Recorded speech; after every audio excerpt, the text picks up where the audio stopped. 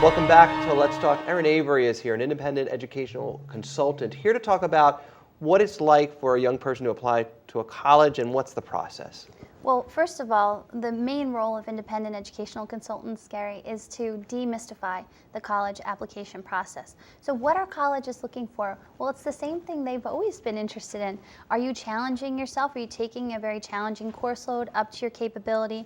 What about your test scores? Do they reflect your potential? And if not, students should really be interested to know that there's a website called fairtest.org that offers all the colleges that are test optional, meaning it's not mandatory to submit the SAT or the ACT in order to be accepted. So there's that option, and it's growing every year. More and more colleges are going test optional. But for the most selective colleges, test scores, grades, GPA, of course, have you challenged yourself in terms of the curriculum? Colleges are looking for not being all things to all people, but a few involvements and leading to leadership positions in those involvements. And all of those types of criterion can be found on the IECA website, which is the Independent Educational Consultant Association website, IECAonline.com. Now, why are the SATs not as important anymore? Well, the SAT and the ACT, of course, standardized testing in general, it takes the students' capabilities and their potential, and it's a 4-hour test. So a better determination of how a student will do in college, Gary, is definitely their grades. That's their work over 4 years consistently rather than 4 hours. So different students perform differently on these standardized tests. And sometimes the colleges who have gone test optional recognize that they're not the best instrument to measure a student's success in college. Right. Now, what about, I know it must be so much easier to find a college now than it was when you and I were younger with the internet. Do you encourage internet use to look at schools that way first? Absolutely, Gary. Nobody's getting out the books anymore. The teenagers today and the young teens, a study just came out that they're using handheld devices 56 hours a week on average. Wow. So mobile devices, phones, etc., iPhones, iPod touches, all of that.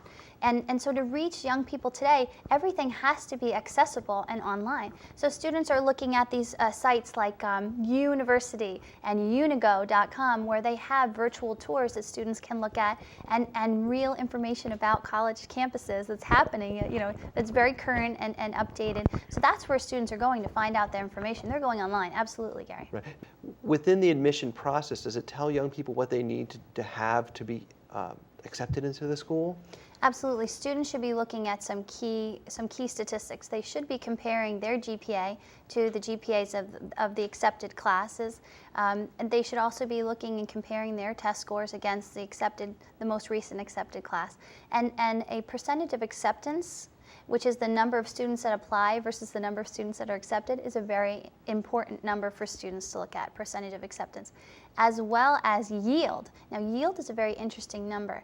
That's the number of students, of all the students who were accepted to X college, how many of those students are actually going to matriculate or going there? And that's yield. And that's a number that colleges are very interested in, because so many students are applying to 10, 12, 15 colleges today, much more even than 10 years ago or even 5 years ago, where students were applying to less schools. So now with the onset of the Common Application, which is the one application online that you can use for hundreds of colleges, students are just checking off the box and applying to more schools. So, and you can only go to one college, right? So the schools are competing against one another in many ways, and they've developed very extravagant marketing techniques to reach students and try to lock them in.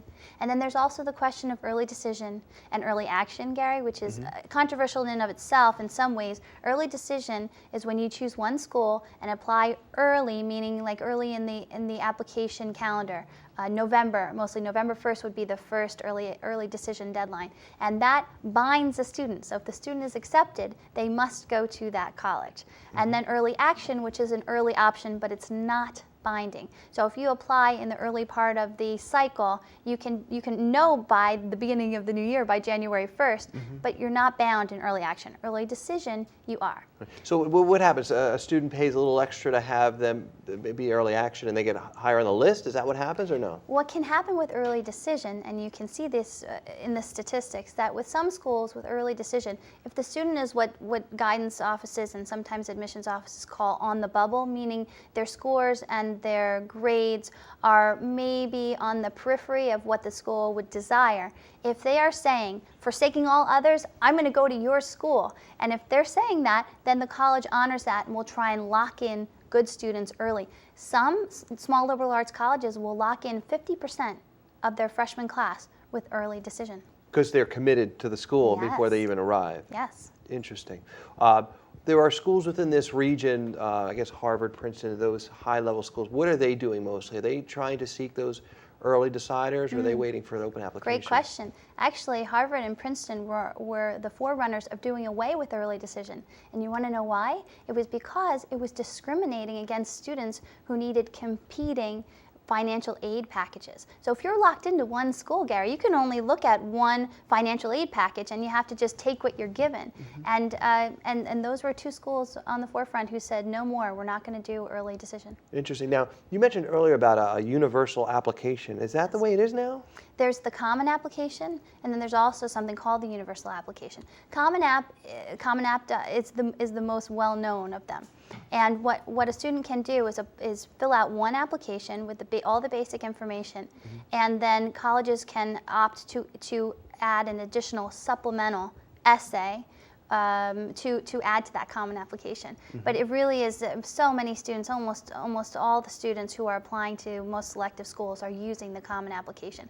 Gone are the days of typing applications. It's all gone online. So when they do it, when they write it up online, are they printing it out and reviewing it, or is it just something like is it as specific as it seemed to be 20 years ago, or is it just check the boxes, send it in, and you just say a prayer that you're going to get to the school you want?